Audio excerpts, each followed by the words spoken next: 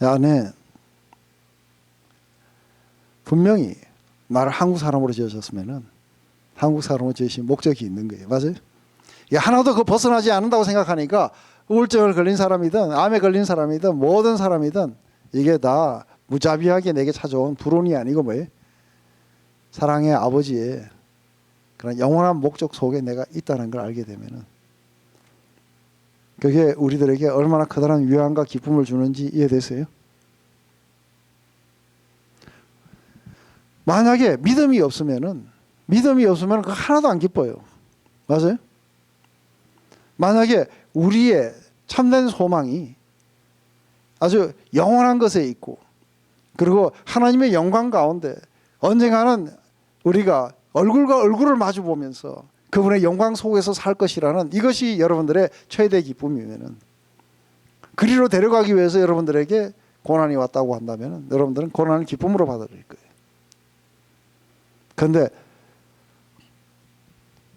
음은 싫다고 현찰이 중요하다고 지금 빨리 고쳐주세요. 그건 죽고 난 뒤에니까 누가 알아 하고 이런 사람들은 그게 별로 중요하지 않아요. 그렇기 때문에 고린도후서에서는 이렇게 이야기해요. 우리가 잠시 받는 환난의 작은 것이 지극히 크고 영원한 영광의 아주 중요한 것을 우리에게 이루려 하심이니 우리가 주목하는 것은 보이는 것이 아니요 보이지 않는 것이니 보이는 것은 잠깐이요 보이지 않는 것은 영원함이라. 그렇기 때문에 우리는 고통 안에서 예수님이 하신 그런 역사를 갖다가 볼 수 있는 그 눈을 우리 가운데 주셔서 우리나 우리 아이들의 고통들 이 모든 것들이 그분의 사랑에서 벗어나지 않는다는 거예요. 그렇기 때문에 로마서 8장에 가면 뭐라 그래요? 로마서 8장에 마지막 30절에 가면은 38절 9절 이렇게 가면은 이렇게 얘기해요. 우리가 가난한 겁니까? 아니면 우리가 그런 어떤 위험 가운데 있습니까?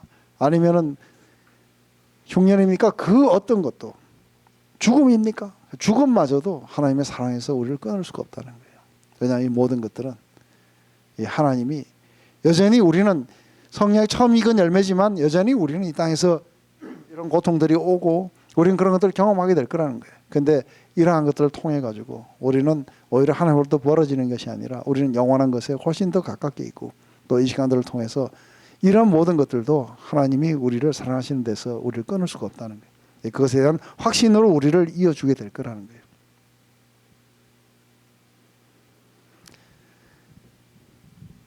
그렇기 때문에 이것은 그런 믿음의 눈을 가진 자들만이 자기에게 찾아온 그러한 고통들을 통해서 이게 하나님 나를 덜 사랑하신 게 아니야. 이게 내 죄 때문이야. 아니면 이게 우리 아버지 죄 때문이야. 하고 이렇게 하는 게 아니라 내가 왜 재수 없어서 이런 집에서 태어난지 모르겠다고 하고 이렇게 생각하지 말라는 거죠. 그죠? 그 믿음의 눈들은 하나님이 그 집에서 태어나게 하는 것을 허용하셨다는 거예요. 그리고 내가 암에 걸리고 내가 우울증에 걸리고 하는 것을 허용하셨다는 거예요. 그분은 모르시는 분이 아니고 다 아신다는 거예요.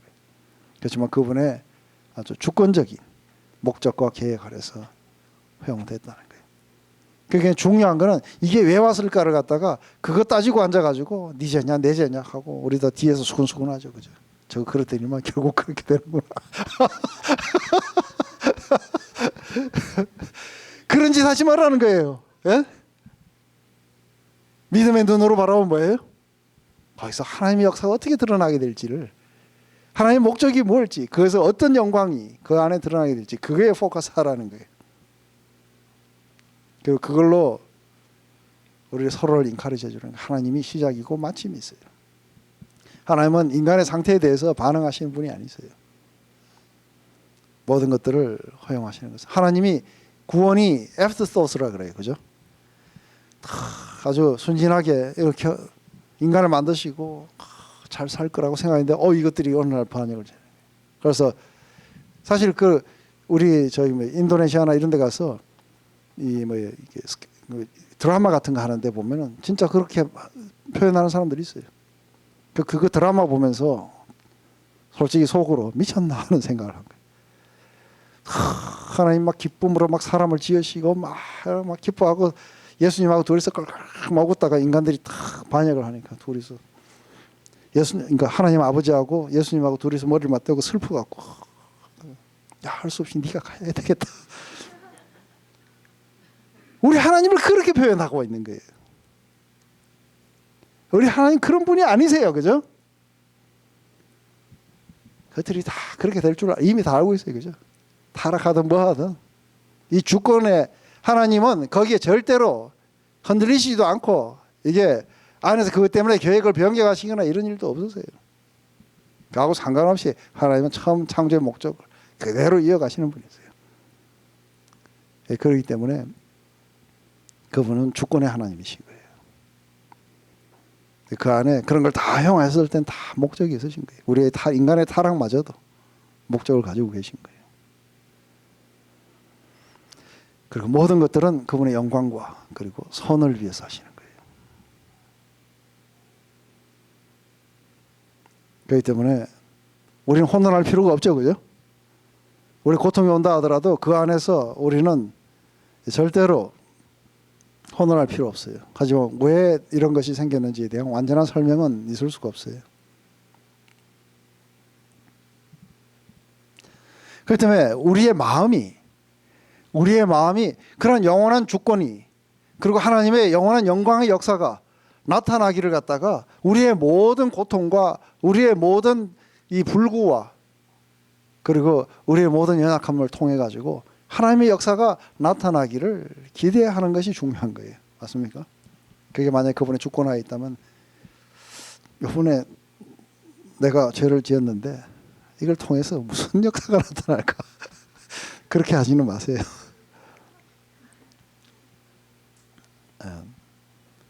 그 안에서 하나님을 사랑하고 그분의 뜻을 부르심을 입은 자들 안에 그 마음 안에는 시편 63편 6편처럼 주의 사랑이 나의 생명보다도 낫다고 그렇게 말해요. 사도 바울은 실제로 그랬어요. 내가 이 세상을 떠나서 이 주님과 함께 같이 거하는 것을 훨씬 더 좋아하겠다고. 그래서 뭐 하기를 원하냐면 사형당하기를 원했어요. 그런데 내가 이 땅에서 살아남는 걸 생각해 보니까 그게 교회를 세우고 아직도 하나님이 하시라는 일들이 아직 안 끝났다는 걸 보는 거예요. 그래서 내가 살아남아야 되겠다. 죽음도 삶도 전부 그분의 영광을 위해서 내가 사나 죽으나 주의 것이로다. 오직 내 삶을 통해서 그분이 영광을 존귀함을 받기를 원할 뿐이라는 거죠. 그래서 주님의 영광 가운데 우리가 거하는 것이 이 땅에 살아남는 것보다 별로 원하지 않는다면은 고난은 아무 의미가 없는 거예요. 그냥 무작위하게 우리에 찾아와갖고 그래서 그 안에 고쳐달라고 그렇게만 하겠죠, 그죠?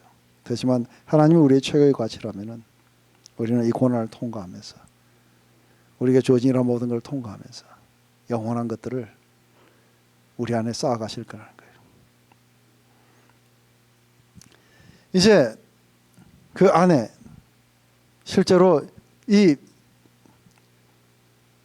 그러니까 소경을 남에서부터 소경된 자를 갖다가 진흙을 발라갖고 이 실로암에 가서 씻으라고 이렇게 했을 때에는 이게 장막절에 그러니까 예수님이 그 물이 우리에게 영원한 생명을 주는 것뿐만 아니라 우리에게 빛을 주는 것으로도 이야기를 하세요.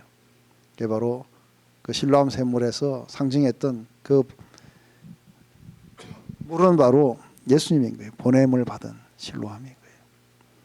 근데 이 뒤에 지금부터 해갖고 38절까지는 논쟁에서 논쟁으로 계속해서 이렇게 5번의 이렇게 그런 논쟁들이 일어나요. 제일 처음에는 그러니까 이웃 사람들하고 이 소경하고 그러다가 바리새인하고 소경으로 갔다가 나중에 바리새인하고 부모님하고 이야기했다가 나중에 바리새인들이 소경을 다시 불러요. 그리고 마지막에는 예수님하고 소경하고 이야기했어요.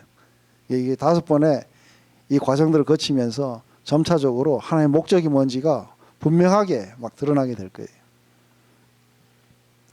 우리 8절부터 우리 38절까지 우리 한번 쭉 한번 읽어보십시오. 네, 다 읽었습니까? 네. 이 논쟁 속에 하나님의 목적이 이렇게 드러나게 돼요. 그 안에 제일 먼저 예수님은 누구시며 또 그분이 하시는 일이 뭔가 하는데, 예수님이 누구시며 그분이 하시는 일이 뭔가에 대한 대한 그런 반응이, 어떤 사람은 예수님을 예배하는 데 이르게 돼요. 어떤 사람은 예수님을 갖다가 죄인이라고 그렇게 결론 짓고 신성모독으로 가게 되죠. 24절에 예수님을, 이 봉사를 불러가지고 예수님을 갖다가 죄인이라고 너도 불러서 하나님께 영광을 돌리라고 그렇게 봉사한테 명해요. 근데 38절에 이 봉사는 무릎을 꿇고 주여 내가 믿나이다 하면서 그분을 갖다가 자기의 주라고 그렇게 고백하게 돼요. 요한복음 1장 14절에 보면은 우리가 그 영광을 보니 독생자의 영광이요 은혜와 진리가 충만하더라. 이건 사도 요한이 예수님을 따라다니면서 봤던 예수님에 대한 모습이에요. 우리가 그 영광을 봤다는 거예요. 보니 독생자의 영광이요 은혜와 진리가 충만했다는 거예요. 소경은 결국은 이것을 보기에 이르게 돼요. 그런데 바리새인들은 이것을 보지 못한 채 마음이 더 굳어져요. 근데 예수님은 꼭 안식일에 뭘 하시죠, 그죠? 옛날에 믿음의 눈으로 보지 않았을 때는 예수님은 아주 빼딱하시다 이렇게 보는 거죠. 그래서 보면 5장에 중풍병 환자를 고칠 때도 안식일이고, 또 이날 또 안식일이에요. 왜 안식일인가 하는 거예요. 근데 안식일 날 이렇게 하신 이유가 있어요. 그것도 또한 하나님의 영광을 드러내기 위한 거예요. 왜냐하면 마태복음 12장 8절에 예수님은 자신을 안식의 주인이라고 말씀하시는 거예요. 그분이 안식일을 정하셨어요. 안식을 정하셨어요. 근데 그렇게 말씀하시면서 사람이 그 안식일을 위해서 있는 게 아니고 뭐예요? 안식일이 사람을 위해서 있다는 거예요. 이 이야기는 무슨 말씀이냐면은, 내가 예를 들어서 이걸 하라고 어떤 그 법을 하나 이렇게 정했다는 거예요. 근데 그거는 바로 이 법을 지키기 위해서 네가 존재하는 게 아니라는 거예요. 내가 이 법을 준 것은 너를 위해서 줬다는 거예요. 그렇기 때문에 안식일을 주신 그 목적이 뭐냐면은 사람을 갖다가 온전하게 만들기 위해서 안식일을 주신 거예요. 사람을 고치고 회복시키고 온전하게 만들기 위해서 안식일을 주신 거라는 거죠. 그게 바로 예수님이 안식일을 정하신 이유예요. 근데 바로 이 안식일에 예수님은 사람을 고쳐주기를 원하시는 거예요. 왜냐하면 그게 안식일이 원래 의미하는 바예요. 근데 바리새인들은 어떻게 했냐면 이 안식일을 위해서 우리가 존재하는 것처럼 이야기를 해요. 그래서 이거를 갖다가 지켜야 된다는 거예요. 왜? 안식일이 지켜져야 된다는 거예요. 그래서 우리 모두는 안식일을 지키기 위해서 존재하는 존재들인 거예요. 이게 예수님이 그렇게 이야기하시는 거죠. 그러니까 하나님은 창조하시고 구속하시고 우리를 치료하시고 회복시켜 가시는 거죠. 그래서 깨어진 날들, 안식일 평생 동안 이것 때문에 안식을 못 찾았던 이 가족이 있었어요. 그죠? 나면서부터 소경으로 났고, 이게 보니까 이 소경인데 그 아버지도 버렸어. 그죠? 그래서 밖에 나와갖고 구걸하고 살아. 장성했기 때문에. 그러니까 부모도 얼마나 그거 했으면은 이 소경인 아들을 갖다 버려갖고 밖에서 구걸하도록 했겠어요. 이것 때문에 이 아들이 지금 농사를 지어갖고 아버지를 갖다 봉양해 줘야 되는데 이게 소경인 거예요. 이게 소경인 것 이거 하나 때문에 이 가족이 얼마나 그 안에 묶임을 당했어요. 그런데 이 아들을 고쳐줌으로 말미암아 이 아들과 그 가족에게 뭘 줬어요? 이제는 쉼을 주시는 거예요. 이게 안식일의 원래 의미예요. 그래서 드디어 이 가족은 이제 쉼을 얻게 돼요. 안식을 얻게 돼요. 그런데 안에서 그 쉼을 줬다고 고발을 당한 거예요. 왜 고발을 당했냐면 네가 안식일을 위해서 있는데 왜 그걸 깼냐는 거예요.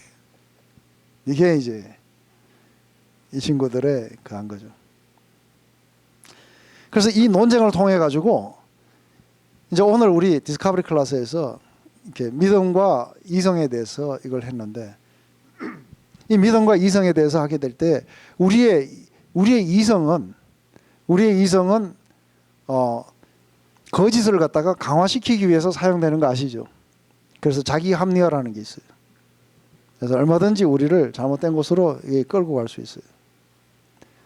또한 믿음도 우리를 잘못된 데로 끌고 가는지 아세요? 그래서 우리가 원하는 것들을 갖기 위해서 그걸 믿게 돼요.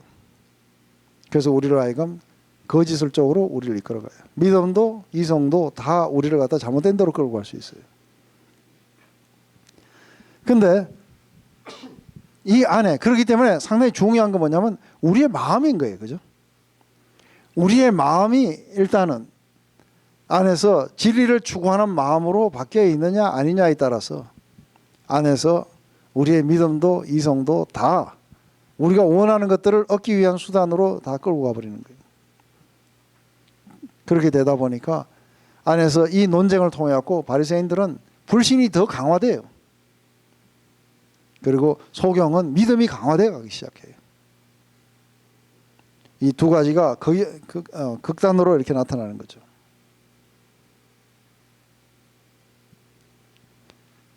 그렇기 때문에 진흙을 이기시고 안식일 날 이렇게 고치신 이유는 바로 이 진리와 믿음과 예배를 위한 거예요. 하나님 바로 이러한 예배자를 찾으시는 거죠. 그렇기 때문에 우리 5개의 대화를 통해 갖고 한번 보게 되면 제일 먼저 소경과 이웃 8절부터 12절까지 사람들은 그가 진짜 소경이었던지를 갖다 의심하기 시작해요. 그 가가 맞나? 그런 거죠. 하지만 그가 바로 소경이었다고 주장하자 그러면 도대체 누가 낫게 해줬냐 하니까 소경이 뭐라 그래요? 아니 몰라요 안 그래요. 예수라 하던 사람이 고쳐줬다 하던데 그래갖고 예수님에 대해서 지금 이 사람이 갖고 있는 이게 뭐냐면 예수라는 어떤 사람이 날 고쳐줬다고 그래요. 아직 거기까지밖에 안 갔는 거예요. 그래서 소경과 이웃에 대해서 이야기할 때는 지금 이 사람의 상태가 거기에 있는 거예요. 근데 소경하고 이제 바리새인하고 논쟁이 벌어져요. 바리새인들도 똑같이 물어봐요. 어떻게 나았느냐 하고 하니까 이제 이렇게 나았다고 하니까 바리새인들이 그걸 딱 듣고 난 뒤에 이 사람들이 이성을 사용해요. 그 이성을 사용하는데 사실은 자기들의 잘못된 것들을 갖다가 강화시키기 위해서 사용해요. 어떻게 하냐면 이 사람이 안식일을 범했기 때문에 이 사람은 하나님께로부터 왔을 수가 없다 하고 이렇게 결론을 내고 이 사람은 아니야 하는 거예요. 그러면서 소경한테 물어요. 그죠? 근데 그러면 그 사람이 니를 고쳤는데 니는 누구라고 하느냐 하니까 예수록 하는 사람이 안 그래요. 뭐라 그래요? 선지자. 그 사람은 선지자가 아닐까 생각합니다. 예수록 하던 사람이 아니라 이제 선지자로 바뀌어요. 근데 그 다음에 이제 바리새인들이 부모를 불러와요. 18절부터 23절까지 부모에게 아들이 어떻게 나았냐고 물으니까 부모는 알아요. 예수님이 고쳐줬다는 거. 근데 예수님을 갖다가 주라고 이야기를 하면은 이게 회당에서 출교를 당하는 걸 갖다가 이미 결의했다는 걸 알기 때문에 무서워서 말을 못했다는 거예요. 니고데모처럼. 니고데모도 그래서 밤에 왔어요. 그러다 나중에 19장에 가면은 아주 대낮에 나와가지고 예수님의 마지막 시선을 처리하고 하는 일에 나서게 돼요. 다들 유대인들이 두려워서 실제적으로 안에서 주어진 이 계시를 갖다가 확연하게 드러내지 못하고 있는 거예요. 그죠?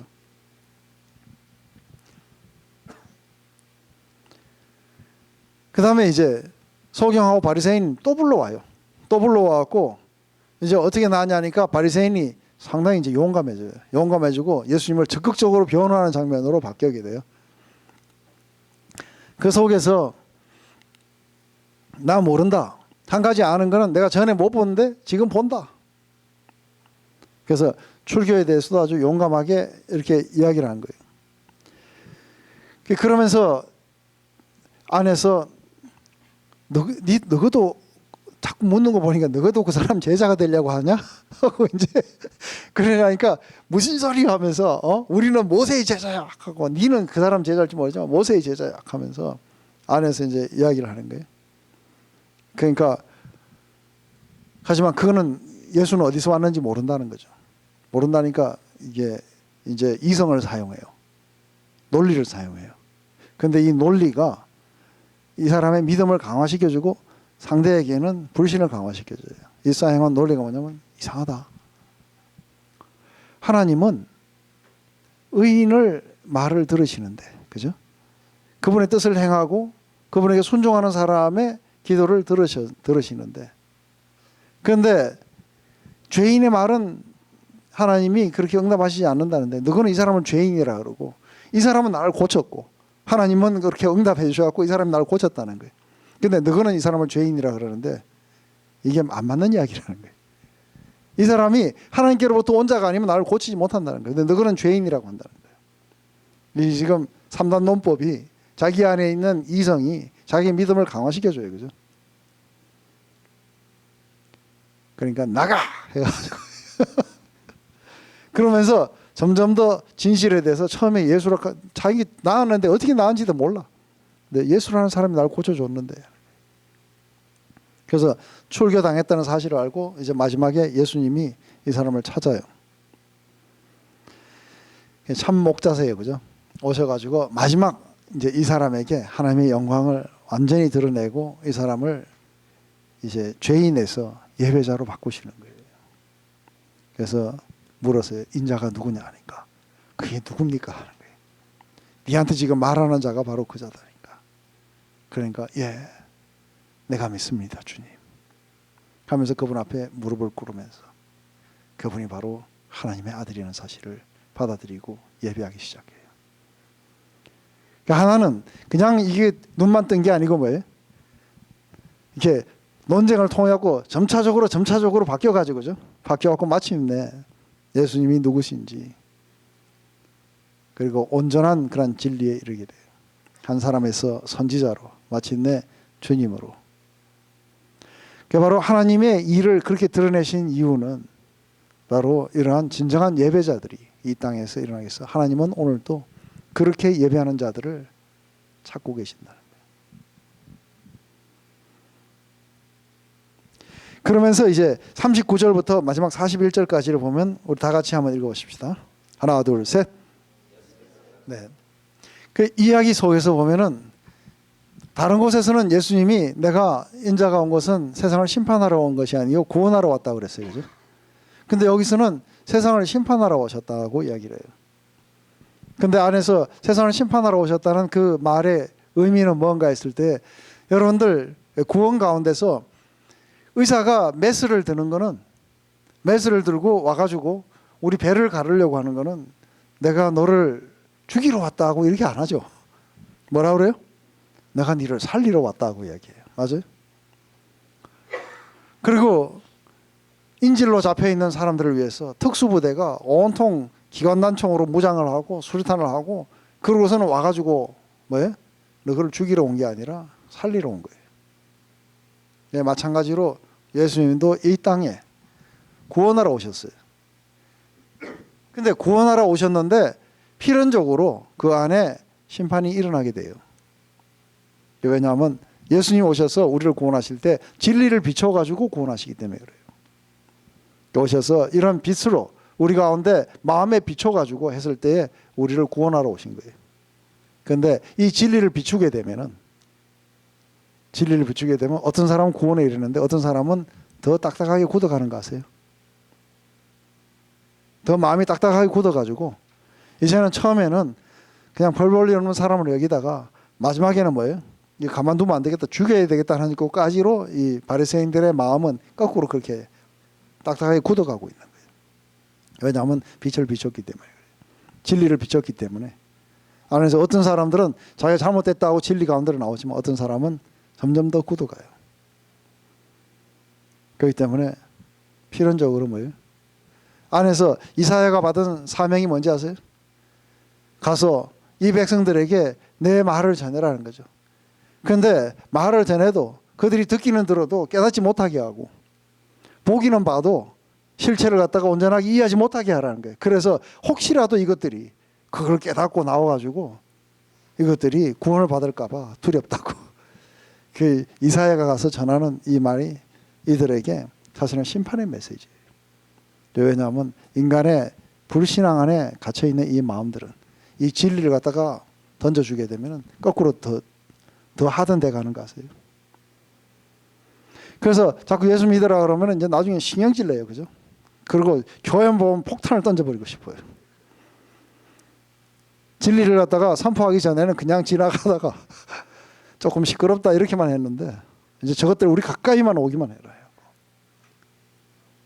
하고 점점 더 마음은 더 강화돼 가요. 그래서 필연적으로 이렇게 마음이 강화된 이 자들에게는 진리 때문에 심판을 받게 돼요. 그렇지만 소경처럼 이 진리의 빛을 던지자 그 진리를 받아들이면서 예수님에게 즐겁게 나왔던 사람들이 있어요. 그죠? 그게 바로 이 사람들을 구원하러 오신 거예요. 그렇지만 이 구원과 심판이라는 건 동전의 양면처럼 마지막 때에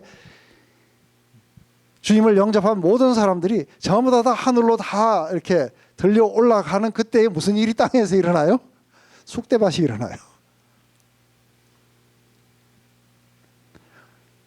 이스라엘 백성들을 애굽에서 탈출시켜갖고 구원해갖고 나오실 때 무슨 일이 일어나요? 애굽은 완전히 망신창이가 돼버려요. 구원과 심판이라는 건 함께 같이 일어나게 돼 있어요. 심판이 없는 구원이 없는 거예요. 그죠? 그런데 진리를 비추게 되면은 그 안에 필연적으로 마음을 하단하는 사람이 있다는 거예요. 낙닥하게 굳어가는 사람들이 있다. 근데 진리를 던지면은 그것이 생명선인 줄 알고 붙잡고 나오는 사람들이 있다는 거예요. 근데 단순하게 그냥 가만히 있는 게 아니라 진리를 선포할수록 점점 더 딱딱하게 굳어가는 이 사람들은 하나님의 심판 속에 가게 되는 거죠. 그렇기 때문에 내가 세상을 심판하러 왔다. 바로 불신앙 속에 사로잡혔어. 바로 이 빛을 비춰주지만 이 빛 가운데로 나오지 않는 사람들에게는 하나님이 심판하러 오신 것이에요.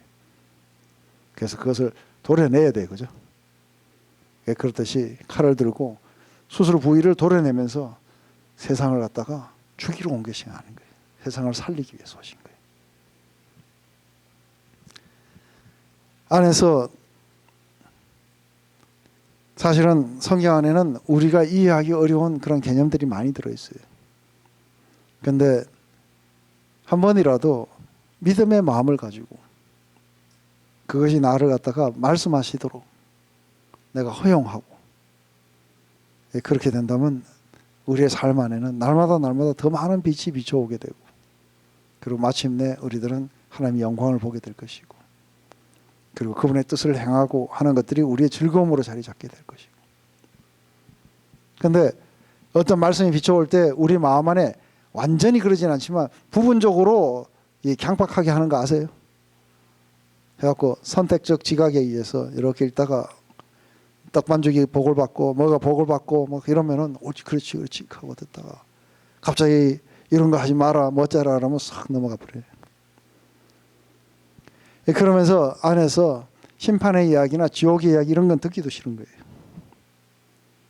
그 안에서 그래서 우리는 어떤 부분적으로 어떤 말씀에 대해서는 우리의 마음을 강팍하게 가져가 버려요. 그 결과 우리는 어디 남아 있는 거예요? 우리는 죄 가운데 그대로 남아 있는 거예요. 근데 그게 우리에게 와서 말씀하시도록 한다면은 우리는 죄의 파워로부터 풀려나와서 고침을 받게 되겠죠. 그리고 그분의 영광 가운데로 우리가 날마다 들어가게 되겠죠. 아이러니한 것은 이들이 보지 못하면은 무지 속에 있었기 때문에 죄가 없는데 그런데 무지 속에 있으면서도 본다고 하니까 이제는 그것이 돌이킬 수 없다고 이야기를 하면서 10장의 선한 목자의 이야기로 넘어가게 돼요. 이게 다 연결된 이야기예요. 그래서 한번 오늘 우리 9장 했던 이 이야기들을 한번 다시 읽어보시면서 내가 내 안에 불신앙 때문에 내가 강화시키고 있는지 아니면 내가 하나님을 향한 그런 믿음의 마음의 문이 열려가지고 계속해서 더 많은 빛을 받고 그리고 빛 가운데로 우리가 걸어 나오고 있는지 이거는 각자가 성경을 읽으면서 오늘 한번 각자를 테스트해 보시기 바랍니다. 아멘. 그 속에서 우리에게 주어진, 우리는 바로 이런 사랑의 아버지가 우리를 갖다 주관하고 계시기 때문에 내게 일어나는 그 어떤 것도 이 사랑의 아버지의 눈에서 벗어난 게 하나도 없다는 것 같다면 그 모든 것들은 다 의미가 있는 거예요. 의미가 있고 이걸 통해서 사랑의 아버지가 무한한 영광 가운데로 이끄시고 그리고 나에게 계속해서 더 깊은 진리의 빛을 비추셔서 나를 온전하게 치료해 가신다는 것을 내가 이해한다면 내게 찾아오는 그런 모든 것들은 다 의미가 있는 거예요. 하나님은 나를 결코 버리지 않으셨다는 거예요. 아멘. 기도하고 마칠게요. 하나님 아버지, 오늘 이 요한복음 9장을 통해서 세상의 빛 되신 예수님, 이 빛을 각 사람 위에 비췄지만 하나님 어떤 사람들은 그 영광을 보고 주님 앞에 나와서 참된 예배자가 되기도 하고 어떤 사람들은 자신의 마음을 닫고 그리고 점점 더 강박하게 만듦으로 말미암아 그 진리에서 멀어져 가서 마침내 심판을 자초하는 것을 봅니다. 하나님, 우리 안에 있는 죄된 마음, 이것이 우리로 하여금 계속해서 우리의 믿음과 또 이성이라는 이 기능들을 우리의 욕심을 따라서 사용하고 있는 우리 자신들을 봅니다. 하나님, 이제 그런 것에서 풀려나서 진리의 말씀과 진리의 빛이 우리에게 비춰지기를 소망합니다.